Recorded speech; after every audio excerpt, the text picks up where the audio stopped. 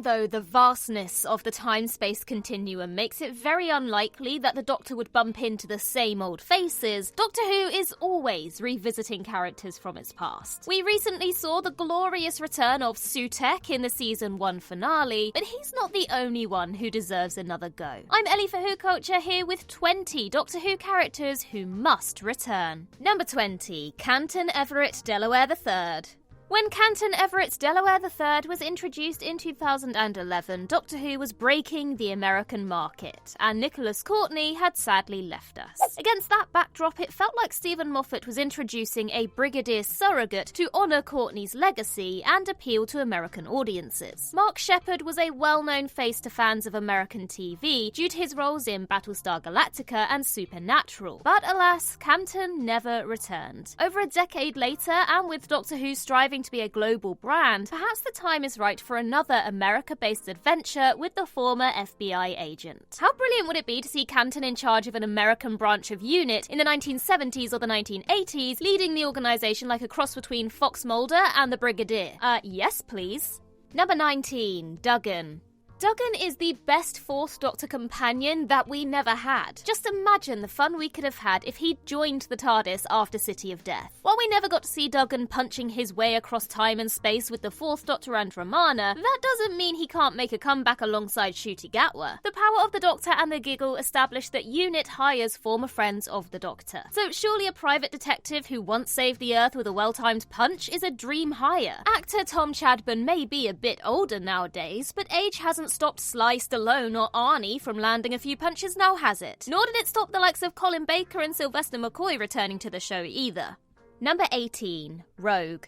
Jonathan Groff's Rogue may seem like an obvious character to bring back in Doctor Who Season 2 and beyond, but it's also entirely possible that he'll go the way of Kylie Minogue's Astrid and be well and truly dead. Rogue was a compelling character, a viable romantic partner for the Doctor who had a dark past. While yes, this effectively makes him River Song 2.0, Rogue's more standoffish, secretive side presented a fascinating mirror image of the Doctor themselves. It feels like there are plenty more stories to tell about Rogue and the Doctor, as long as the Disney money stretches to bringing back Jonathan Groff as a recurring cast member. Number 17, The Nightmare Man. The Nightmare Man was a top-tier Sarah Jane Adventures creation who deserves to cross over into Doctor Who. Memorably played by Davros actor Julian Bleach, the Nightmare Man was an extra-dimensional being who fed on, what else? Nightmares. And hey, isn't it possible that the Nightmare Man could be retconned as one of Doctor Who's new Pantheon members, as Sutekh and the Toymaker were? In the Sarah Jane Adventures, he feeds on people's doubts and fears. And in The Legend of Ruby Sunday, Harriet Arbinger said that the god of disaster has children called Doubt and Dread. The Nightmare Man could easily fit either of those categories, setting up his long-awaited return in a future episode of Doctor Who. Number 16, Leela. Louise Jameson is one of the few classic Doctor Who companions who has worked consistently since her departure. A veteran of EastEnders and a regular on Emmerdale, Jameson's return to Doctor Who could even grab the attention of casual viewers who know her from her work outside the series. The noble warrior Leela would have been a vital asset during the Time War. Imagine her as a great military tactician leading armies against the Daleks. How would that have affected her as a character? Big Finish and the collection box sets have given us some insight into this, but wouldn't it be great to see it fleshed out properly on TV? Number 15, Harriet Jones, former Prime Minister. Contrary to what you may have seen in The Stolen Earth, Harriet Jones survived her encounter with the Daleks. In a poem written by James Goss and illustrated by Russell T. Davis, it was revealed that thanks to a handy trap door, she escaped on a motorbike. Then, during the lockdown tweet-along of The Stolen Earth, Russell T. Davis expanded on this idea further, revealing that Harriet's survival was part of the Trickster's long-term plan. The tweet said, "Harriet escaped. Her bike zoomed under the Dalek saucer into the helicarrier of Miss Fitzpatrick's collection, a cabal of billionaires." And far away, the Trickster smiled as another piece of his long game fell into place. But that's a story for another time. Well, given that these lockdown tweet-alongs eventually led to Russell's return to Doctor Who, can we expect Harriet, the Trickster, and a cabal of billionaires to appear in Season 2? I mean, stranger things have happened. Number 14, The Rootons. We've seen the war between the Daleks and the Thals, and we've even seen the seemingly impossible to realise Time War. However, Doctor Who has never depicted the war between the Sontarans and the Rutans on screen, despite it being mentioned countless times over the years. The Rutans themselves have only appeared in televised Doctor Who once, in the classic Tom Baker serial The Horror of Fang Rock. While the big green ball of goo might not be the most imaginative design, technology has advanced sufficiently to render these evil green gobstoppers in more terrifying detail. They're also a fairly blank slate when it comes to backstory, allowing new writers to expand our knowledge of the Rutans and turn them into truly iconic Doctor Who villains. Number 13, Osgood.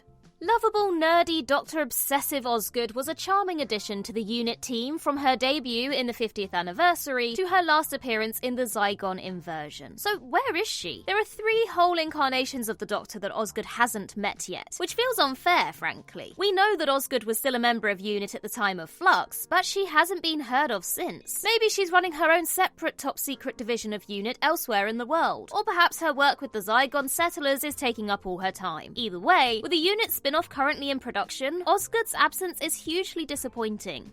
Number 12, Sabalom Glitz. Yes, Mel revealed that Sabalom Glitz is dead in The Giggle, but Doctor Who is a time travel show, come on. One of the last characters created by legendary Doctor Who writer Robert Holmes, this intergalactic Del Boy had spin-off potential written all over him. If Doctor Who had been in better shape in the eyes of the BBC in the late 1980s, who knows what might have happened? Glitz is our way into the seedier side of the Doctor Who universe, which could really open things up from a storytelling perspective. Sadly, actor Tony Selby passed away in 2021, but there is someone who would be a perfect Glitz in Doctor Who's new era. Now, go with us here. You ready? Danny Dyer. He's got the exact same vibe, and he's already worked with Disney and David Tennant on the TV show Rivals. Number 11, The Meddling Monk.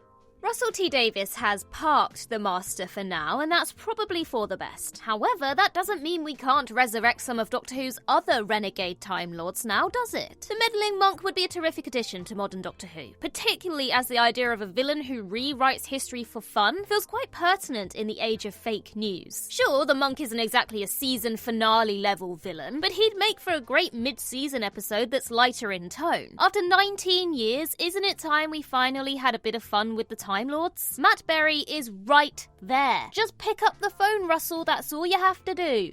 Number 10, Jenny. Ruby Sunday and her mother, Louise, changed how the 15th Doctor viewed family. So isn't it time that he reconnected with his own missing daughter, Jenny? As of September 2024, Georgia Tennant is 39 and Ncuti Gatwa is 31, meaning that Jenny will now look a bit older than her father. That's a fun dynamic to play with, as the older and wiser Jenny may struggle to defer to her youthful yet ancient father. She's also one of the most requested returning characters, so a comeback would go down very well with fans. And just think how much fun the promo for Georgia Tennant's return would be. I'm a Tennant, but probably not the one you were expecting. Number 9, the Mara.